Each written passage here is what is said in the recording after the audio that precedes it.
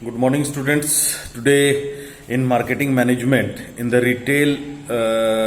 retailing chapter, we are going to deal the topic that is managing demand and supply in retailing. Okay, this is a very important chapter. This is a very important topic in which we are going to study about the demand and supply in retailing. That is what, how we are going to. It means that in this we are going to learn that how to make the right product available to the right customer at the right time. The retailer needs to manage the demand supply relationship effectively. That we have to, the retailer should have to manage the relationship between the demand and supply so effectively, so that the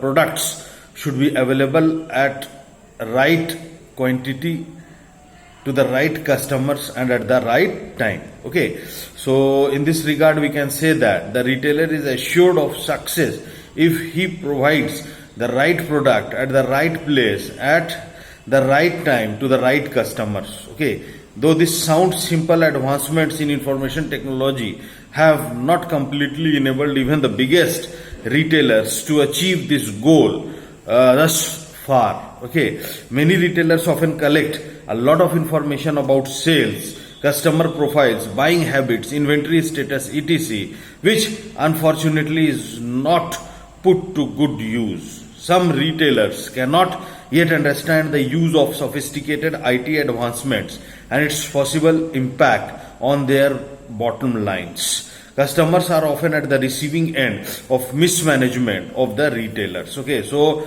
these are what, there are various types of mismanagements and various types of problems which arise due to if the retailers are not going to manage the demand as well as the supply. Okay, so in this we are going to learn that how the demands as well as the supply are being managed, and how the relationship between the demand and the supply, that what is the demand in the market.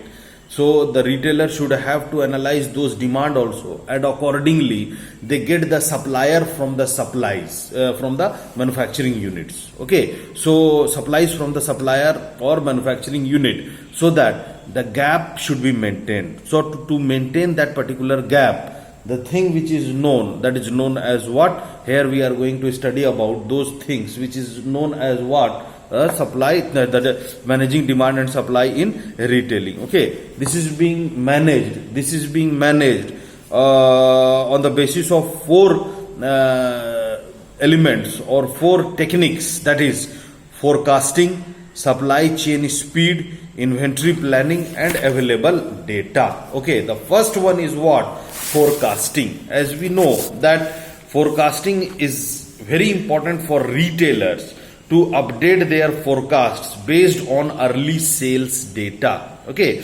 most retailers calculate sales forecasts on the basis of historical sales data. However, they fail to anticipate changes in environmental factors in the current period that deviate significantly from past.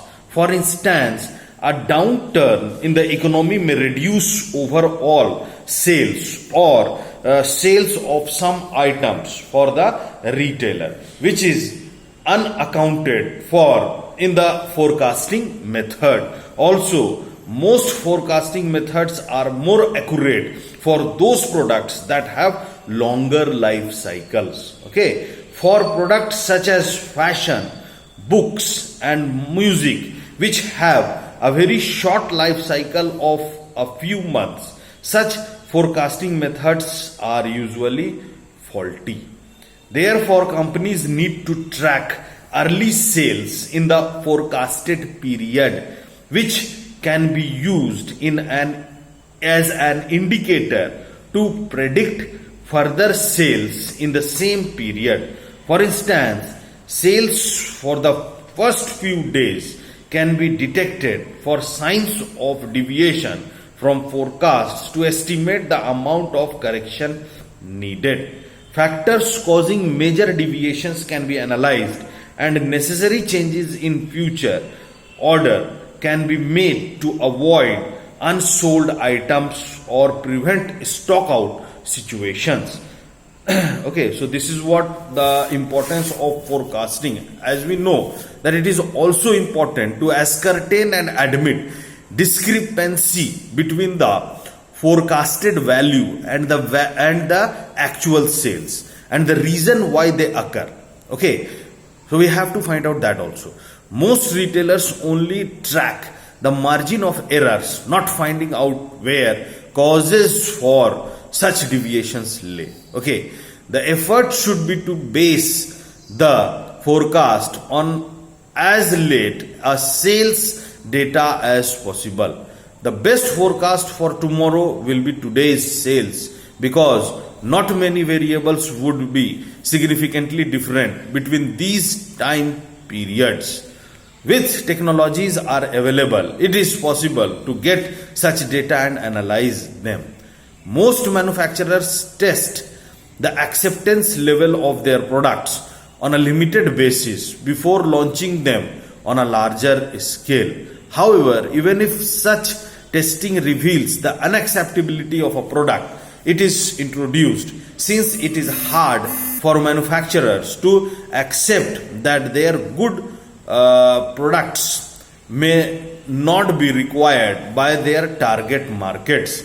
Such products occupy precious shelf space of the retailer but do not significantly increase its sales. Retailers should demand reports of test of acceptability of a new product from manufacturers before agreeing to put it on their shelves. This is what a very important factor, or we can say that a very important element which will help. Forecasting is a very important decision making tool in the hands of retailers, with the help of which they know the demands, that what kind of demands are coming in the market, what are the demands of the customers, how much the demands are coming, and accordingly they give the orders to the suppliers. So as we know that forecasting is a very important factor. Okay, now the second very important element or factor is supply chain speed. Okay, this is also a very important factor which helps in managing supply and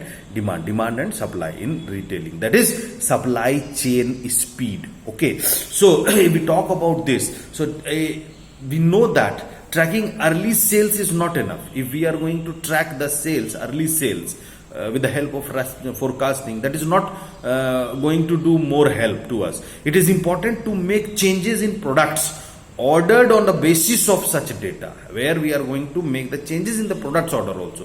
Retailers may suggest changes in their orders from manufacturers. From manufacturers only they are going to change the suggestions. However, it is important to ascertain if manufacturers can make changes at such short notice to comply with the retailer's request. And it is also a very important challenge, very big challenge, which comes with the face of these, that they are going to change the products orders. The responsiveness of the supply chain is a critical component for making the item available for sale. Sometimes the ways items are manufactured have to be reconfigured to make the supply chain responsive. For instance, in manufacturing of fashion clothing, a company can buy and store fabrics and accessory items and even cut them in sizes. It can delay the dyeing of the fabric and have extra dyeing capacity, so that as demand for a particular color arrives,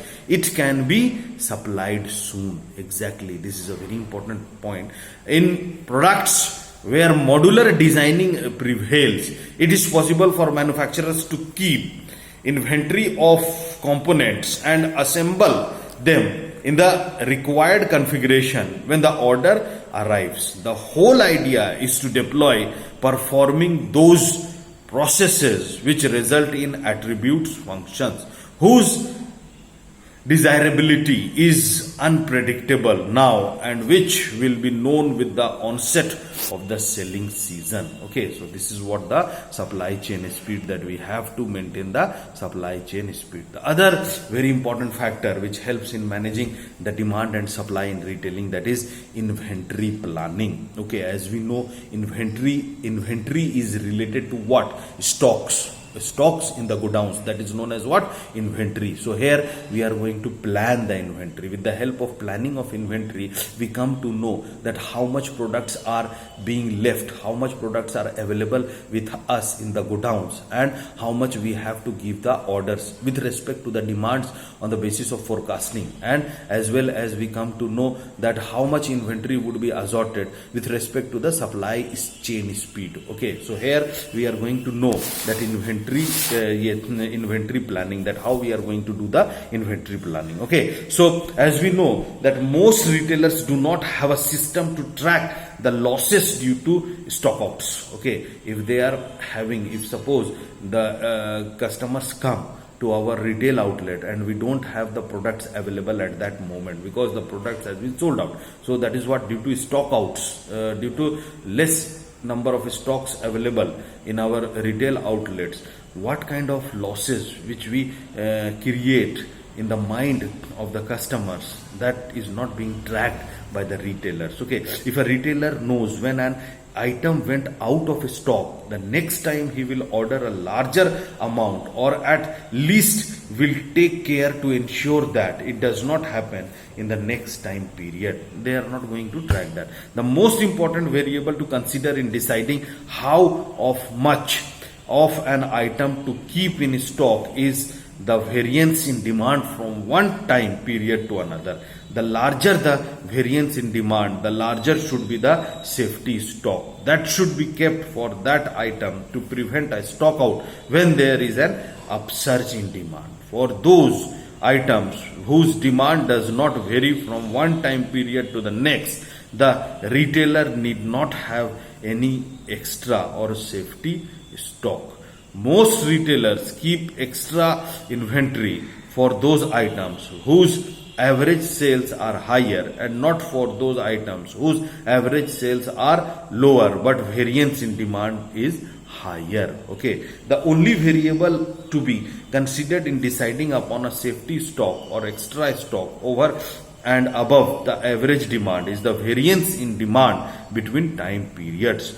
For an item with no variance in demand but very high average sales, the retailer need not keep and any safety stock. But an item with small average sales but large variance in demand necessitates the retailer to keep high safety stocks. That is what a very important fact, that they are going to keep the high safety stocks on that basis only. Okay, now yeah, the fourth important factor or element which helps in managing the demand and supply in retailing, that is accuracy of data. It is a very important factor. As we know that inaccuracy of data may arise from where we are going to get the inaccurate data, from entering two different items of same value as one to save time. Other one is what? Missing out some items at the checkout counter. Third is what? Items returned or not entered properly. Any item returned not to be added in the stock, and the exchange items need to be entered to balance it.